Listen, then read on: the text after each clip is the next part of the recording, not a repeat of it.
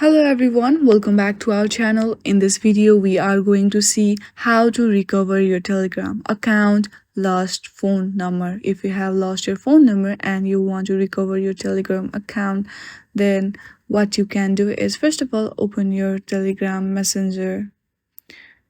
Once you have opened it, the only option to start messaging is by accessing to your number.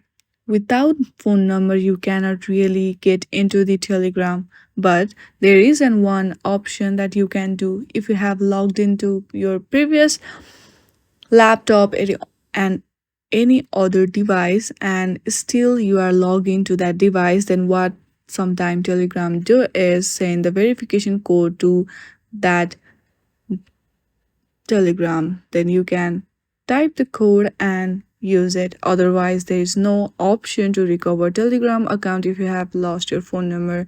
Thank you for watching this video. If you like this video, then please do not forget to subscribe our channel. Thank you for watching.